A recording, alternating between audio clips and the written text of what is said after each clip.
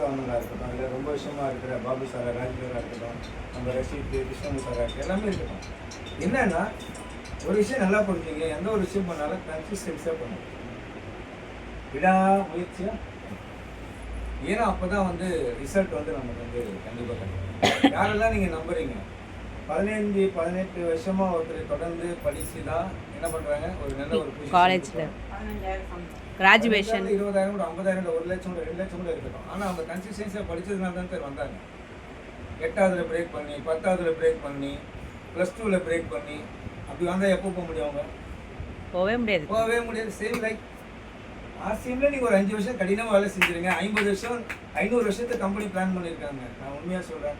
நேற்று கூட பாபா சார் பேசும்போது நம்ம இஎல்பியில் எத்தனை பேர் வந்தீங்க? இஎல்பி ப்ரோக்ராம் அவர் என்ன சொன்னார், ஒரு வார்த்தை சொன்னார், நீங்கள் ஒரு 5 வருஷம் 10 வருஷம் கஷ்டப்படுங்க, 250 வருஷத்துக்கு நீங்கள் நல்லா இருக்கலாம்னு சொல்லிட்டு போனார்.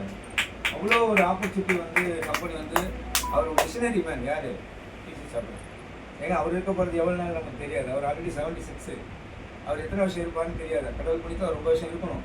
ஆனால் அவர் பாருங்கள் எவ்வளோ ஒரு தொலைநோக்கு பார்வை இருந்தால். ஆனால் சொல்லுவாங்க, ஒரு கவிஞன் பேசும்போது ஒரு பாட்டில் எழுதியிருக்காரு, தொலைநோக்கு பார்வை தொலைத்த சமுதாயம் இந்த சமுதாயமா நம்மளை சொல்கிறார் அந்த இது.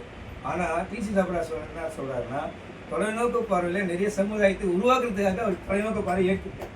ஒரு பெரிய விஷயம் சரிங்களா? நம்ம எல்லாரும் வந்து நம்ம மட்டுமா இருக்க போகிறோம், அதுக்கப்புறம் யார் இருக்க போகிறோம்? நேற்று கூட என்னை எப்படியாவது ஒரு பெரிய போர்டு வச்சிருக்கு சார், யார் கிடையாது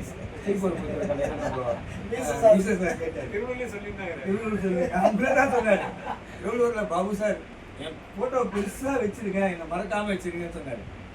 அவர் என்ன அர்த்தத்தில் சொன்னார்னா, எனக்கு அப்புறம் அந்த ஃபோட்டோ வைங்க அப்படின்னாரு. நான் சொன்னாங்க, உங்களுக்கு அப்புறம் இருக்கும்போது அந்த ஃபோட்டோ வைக்கிறோம் நாங்கள். ஏன்னா அந்த ஃபோட்டோ நீங்கள் இருக்கும்போது இவ்வளோ இந்த ஆப்பர்ச்சுனிட்டி கொடுத்தாருன்றதை தெரிஞ்சு தான் வைக்கிறோம். நீங்கள் 100 வருஷம் நல்லா இருக்குன்னு சொன்னோம், அவ்வளோதான்.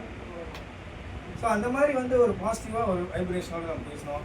இன்றைக்கி வந்து நிறைய பேர் வந்து பார்த்தீங்கன்னா, நிறைய பேர் நீங்கள் நாட்டுலாம் போனீங்கன்னா டிசி சாப்பிட்றா சார் இல்லாத கடையே கிடையாது. நீங்கள் போய் பாருங்கள், நார்த்தில் கேரளாவில் கூட போய் பாருங்கள், டிசி சாப்பிட்றா சார் ஃபோட்டோ இல்லாமல் இருக்கவே இருக்கு. அம்பத்தூரில் இருக்கா, திருவள்ளூரில் இருக்கா, எல்லா ஏரியாவிலும் இருக்கு. நீங்கள் எங்கேயுமே ஒரு ஃபோட்டோ நம்ம. ஏன்னா ஒரு விஷயம் நீங்கள் யோசிங்க, இன்னைக்கு வந்து யாருமே வந்து பார்த்தீங்கன்னா உங்கள் ஆரோக்கியத்தில், நம்மளோட ஆரோக்கியத்தில் யாருமே சத்தியமாக வந்து நமக்காக யாராவது வேலை செய்ய இருக்காங்களா சார்? நம்ம ஆரோக்கியத்துக்கு யாராவது வேலை செய்ய இருக்காங்களா சார்? அந்த ஒரு மனிதன் அவர் விஷனோட வாழ்ந்துட்டு இருக்காரு சார், நம்மளோட ஆரோக்கியத்துக்காக. நீங்கள் யோசிச்சு பாருங்கள். அதனால தான் இந்த மீட்டிங்காக நடத்துகிறோம், வேறு ஒன்றுமே இல்லை.